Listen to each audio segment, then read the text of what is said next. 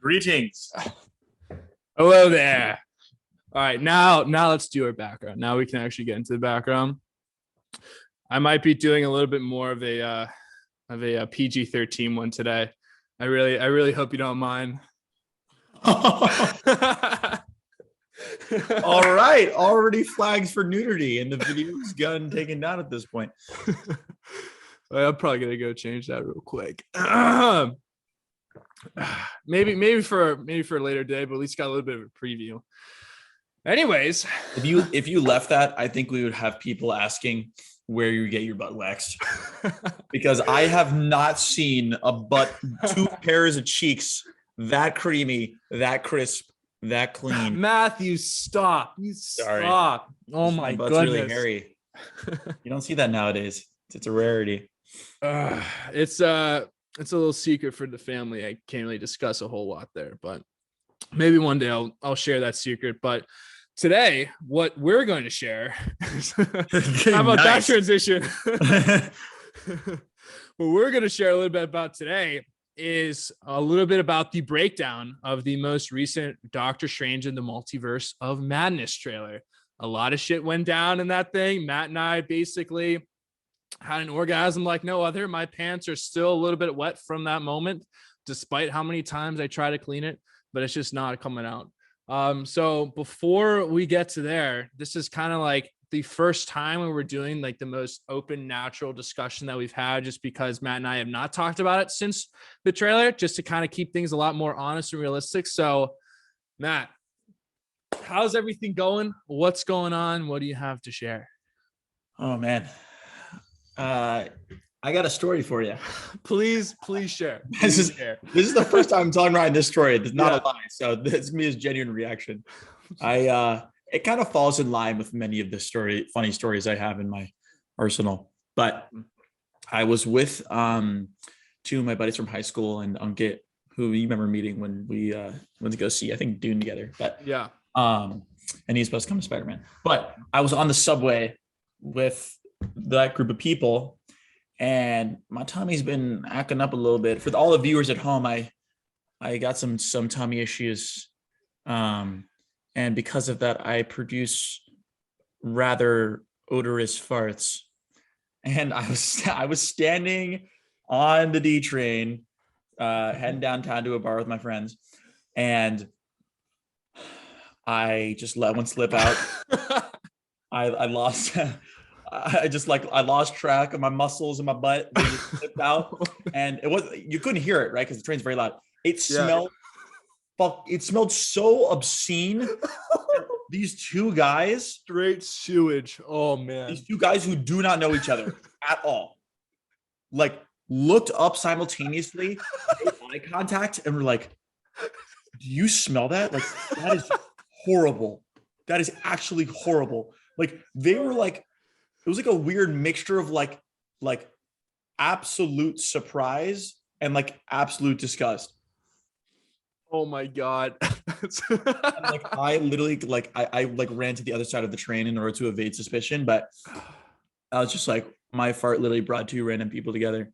Oh my God. We've all had a moment of that. Just straight sewage. There's definitely been the cases, if you ever like in a club. Last time Millen and I were down at Shooters, there's someone that just let one rip, and we're like, go check your pants, man. That is just ungodly. We've all been there. I mean, honestly, it's sort of a life hack. Like, if you're lacking space on the dance floor and you want a little bit more real estate to get your body moving, just like, eat a Chipotle burrito and go ham.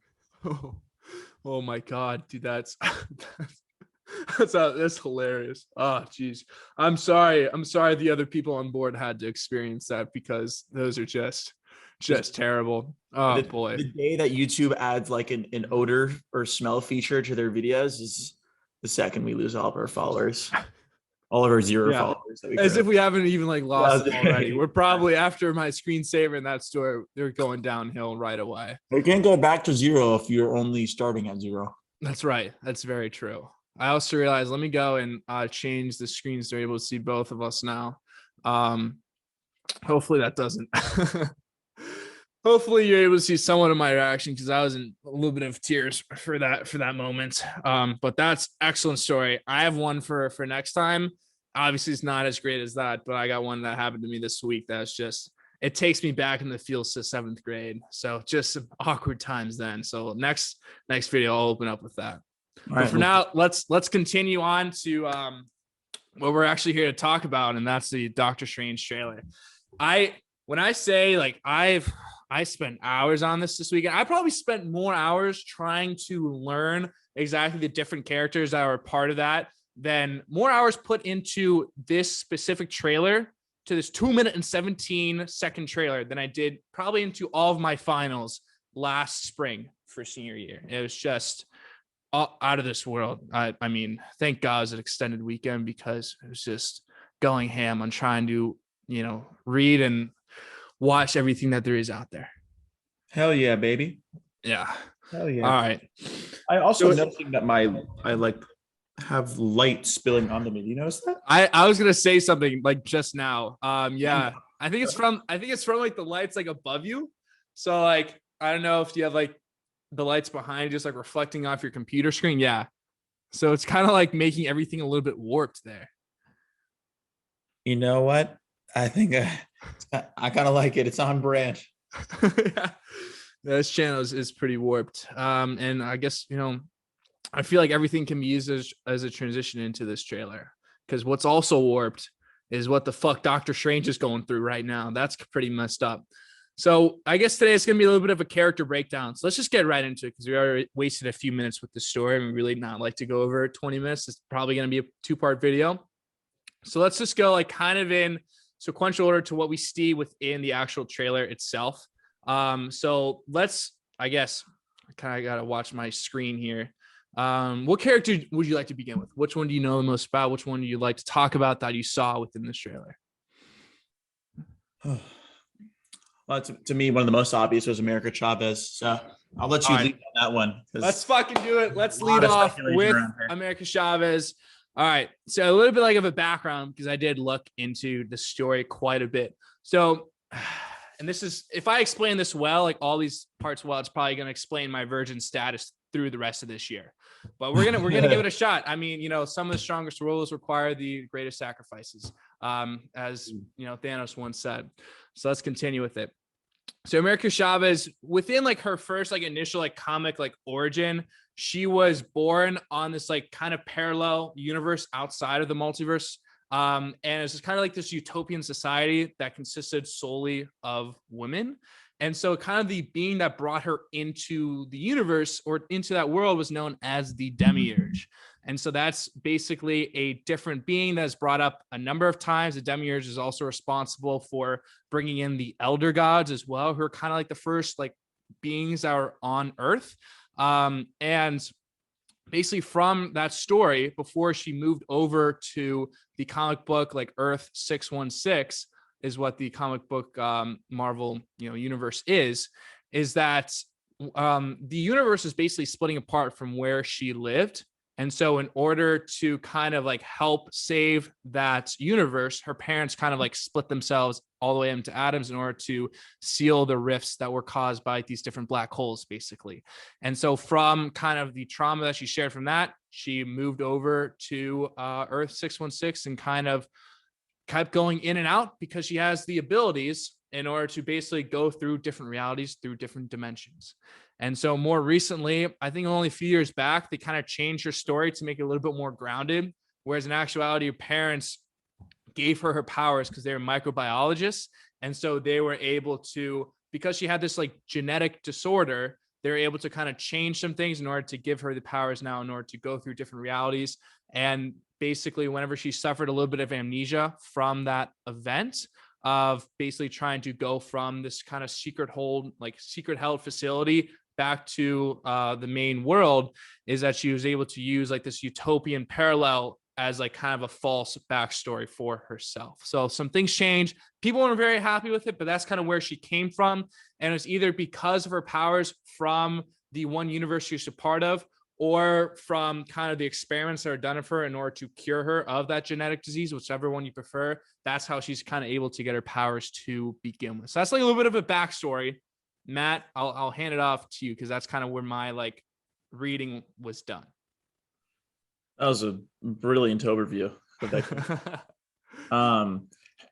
This is kind of unrelated, but I feel like it has to be said. Have you seen Rick and Morty? Yes. You said she came from like an all-female utopia. Yes. That's like, have you seen the episode Racing Gazorp, where yeah. Morty adopts like Yeah. a male from Gazorp, which is like a female planet. Yeah. You know? That's completely off topic. But actually, there's some things that are like more on topic to that. Like there's a neat like Rick and Morty reference that I saw recently, which is basically like the Council of Ricks is kind of like based off of, I think it was either the Council of Reeds. I think it was either Reed Richards or Kangs, the Council of Kangs, I'm pretty sure is what it was. And so it's kind of like a unique adaptation that they've been using, similar to that, and also the microverse as well, which is what we saw in that universe, which is what the MCU is technically not allowed to have because of like trademark issues. But since you brought that up, I felt it was only appropriate. Oh yeah. Anyways, keep going. America Chavez. Here we go. Yeah, beautiful. What was I going to say? Yeah, I think you covered most of it. It's just, I think the most important role she'll play within the movie is that she will summon portals between dimensions. But the question is how they introduce her. One theory is that when Doctor Strange is fighting that massive octopus-looking squid creature, whom I'm forgetting the name of, but I'm guessing you might know. Yeah. So that character is like the one on the streets, not the one like in the portal, right? The one on the streets. Yeah, that's like a multiversal monster. I always forget the name, but like I do have it just because I know a good amount about. Okay, Shuma Gorath.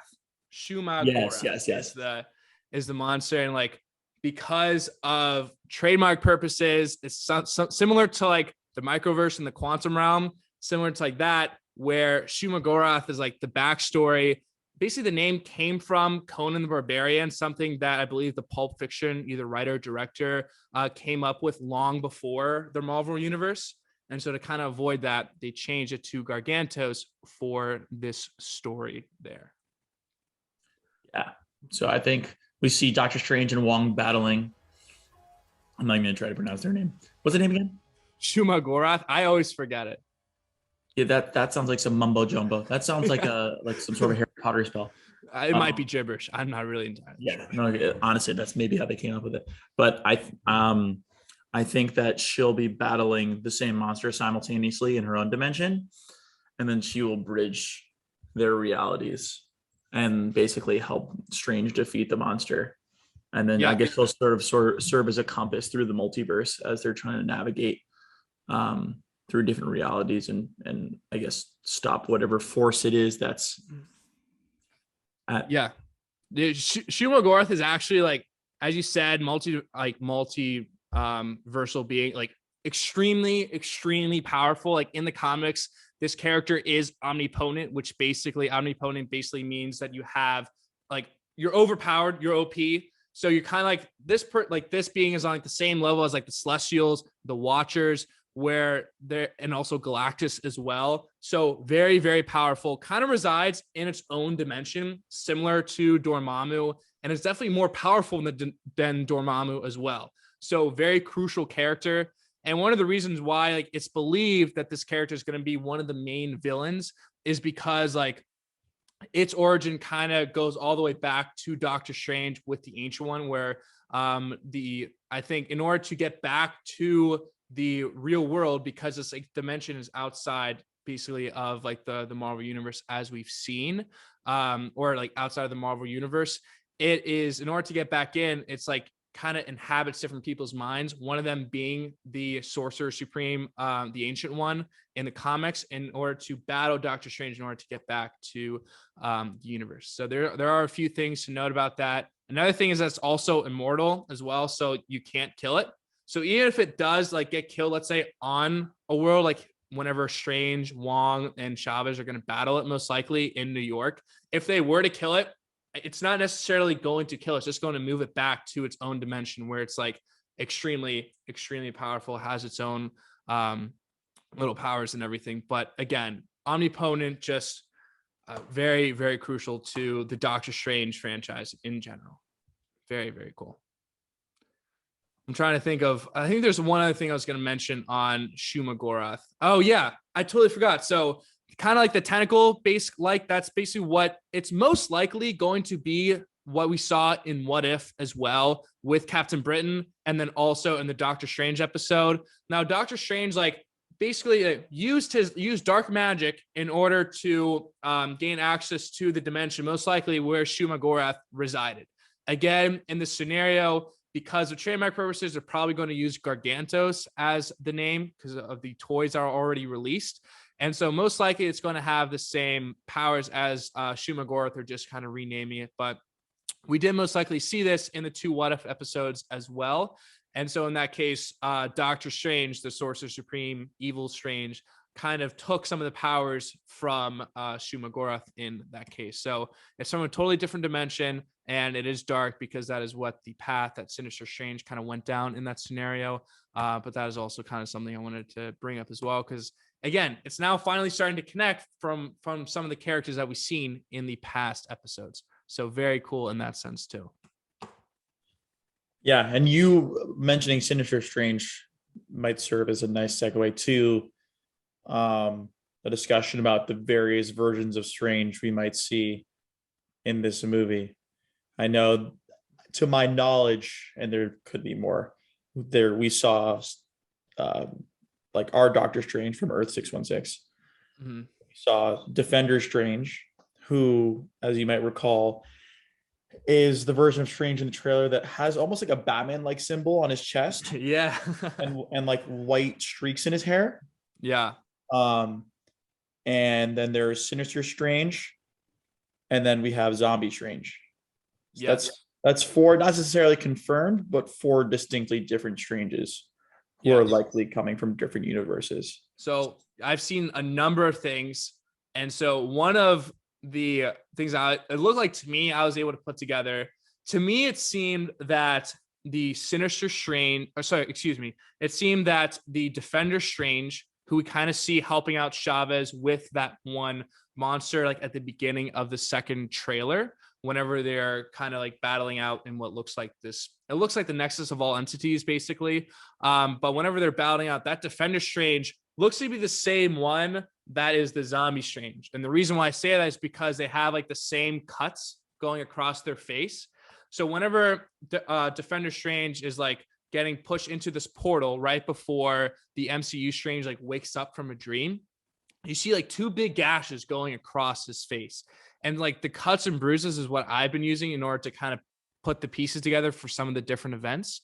So those gashes that he has whenever he's going through the portal are almost identical to the ones that the actual Zombie Strange has across his face at the very end of the trailer, which makes me think that the Defender Strange is brought over into the MCU with America Chavez as well. And at some point, it either gets resurrected, or someone else inhabits that that now dead Defender Strange and uses magic. So that's kind of what I thought I was able to piece together, and some of the things are also out there as to why those 2 characters are the same.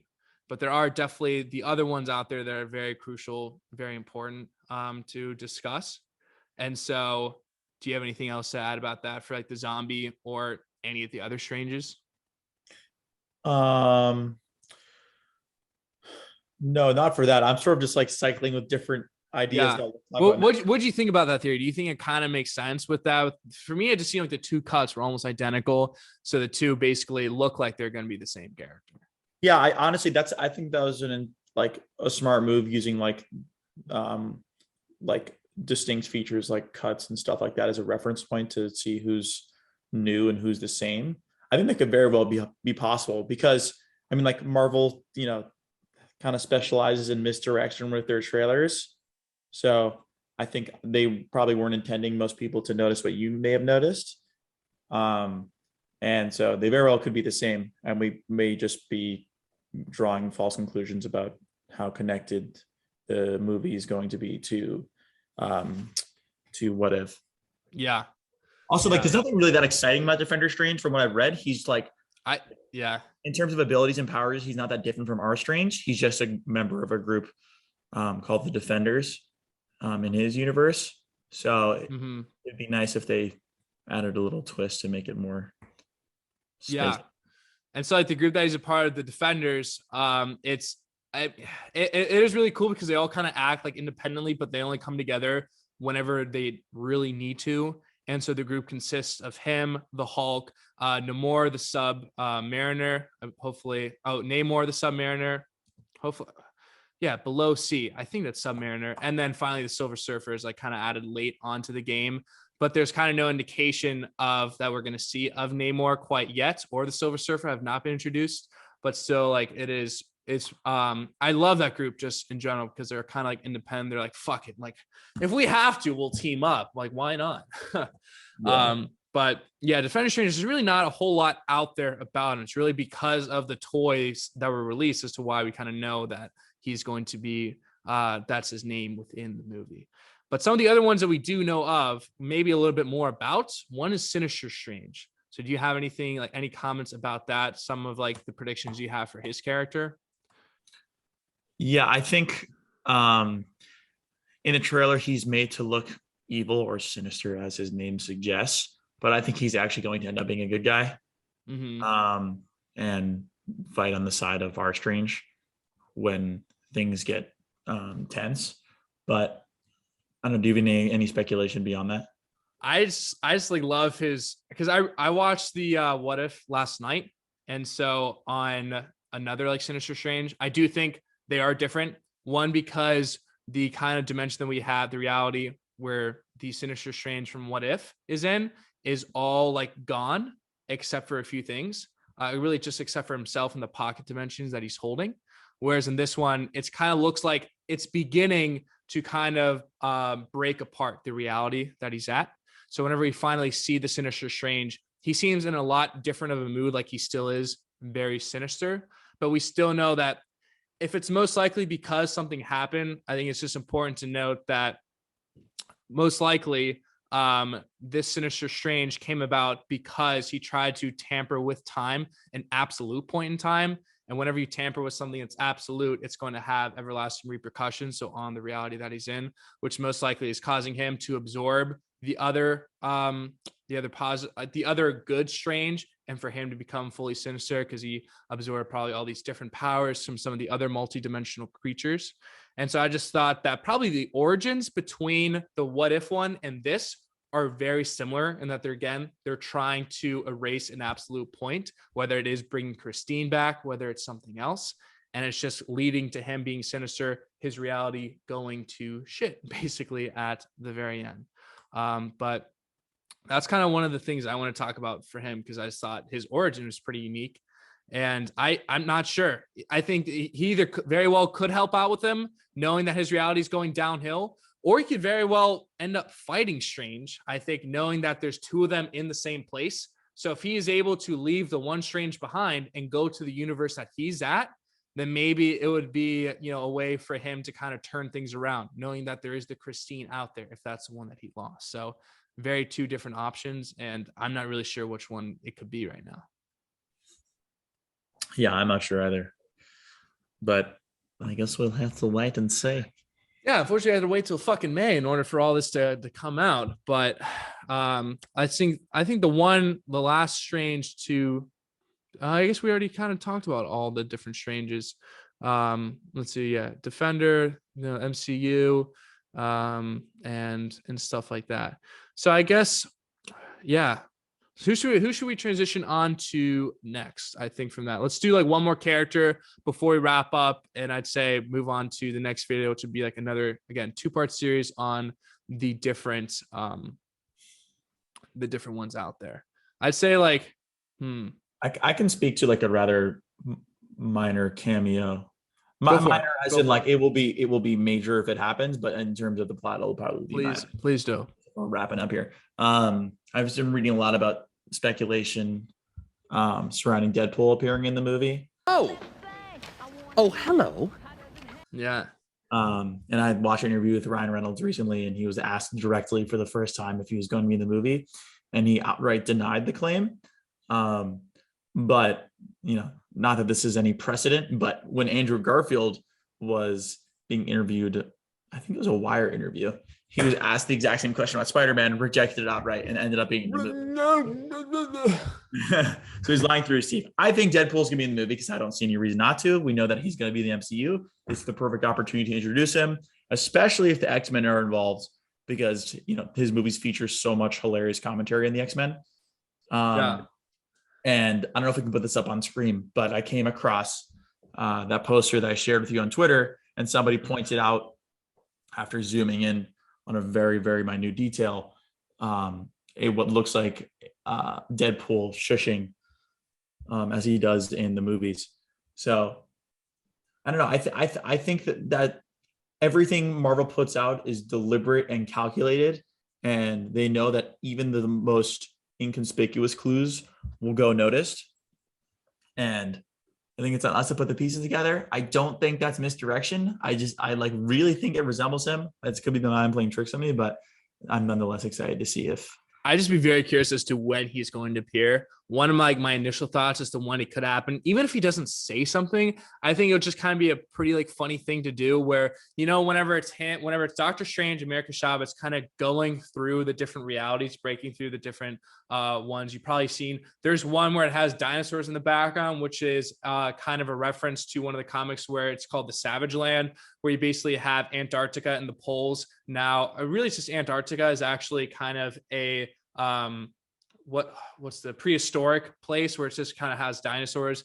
There's another one where it's all these people are kind of breaking out into cubes, which I believe is a reference to the House of M. I'm pretty sure is the main cover. And then there's also one where it's just kind of cartoonish, vibes based on some of the pictures. Oh man, I have I shouldn't say I have a crazy theory. I've seen a crazy theory about that. Okay, all right. And then the last thing is I just think there might be a reality that they break into where you just kind of see Ryan Reynolds in the background with the Deadpool is kind of the last thing I was going to add for that. But tell me the theory about this cartoon land or whatever crazy one it is before we wrap up here.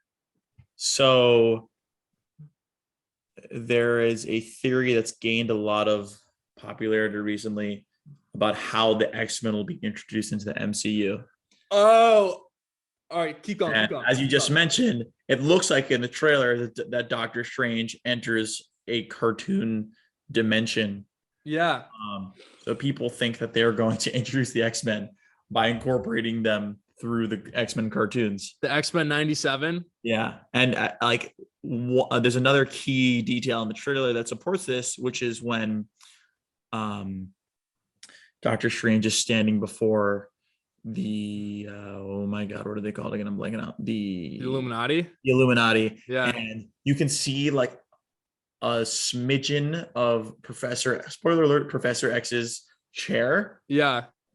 And it resembles the golden floating one he has in the cartoon.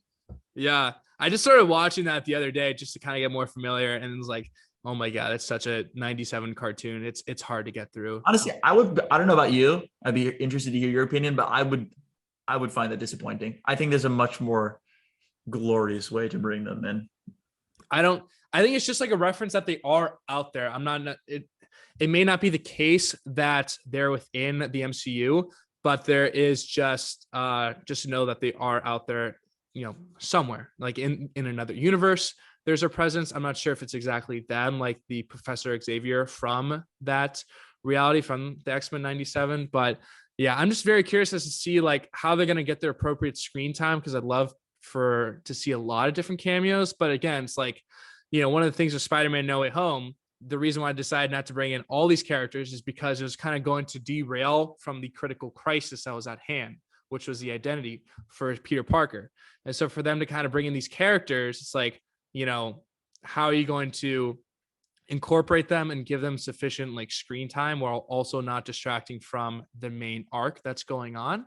And so that's kind of also a reason why I think the Illuminati that a lot of people are predicting is not going to be what, in my opinion, is not going to be what people are predicting, which I think we'll get into next, because we'll probably dive a whole 10 minutes into the Illuminati and that stuff. So I think this is probably a good place to wrap up for this video, talking a lot about the Doctor Stranges and some of the possible villains and antagonists. But Matt, do you have anything to say before we wrap up here? No, we'll pick right up where we left off in the second video. Thank you for watching. Subscribe, like, follow us. Ring those bells. Ring those bells. TikTok, Instagram, Facebook, Snapchat, Tinder, Bumble, Grinder. What else is out there? Pinterest, AliExpress, everything. Yeah. All that stuff you can find us on, and especially Tinder. That's what Matt and I have a joint account on, just solely for Marvel. We're just looking for people to go to these Marvel movies with. That's all. But all the other stuff, yeah, you can find us on some social media apps if you like to as well. And the next video, we're going to talk more about some of the other big characters, the Illuminati, and some other possible villains as well. So very excited to do that. Hope you enjoyed the first one. Be sure to stick around for the next. And again, this has been the Weekly Snap.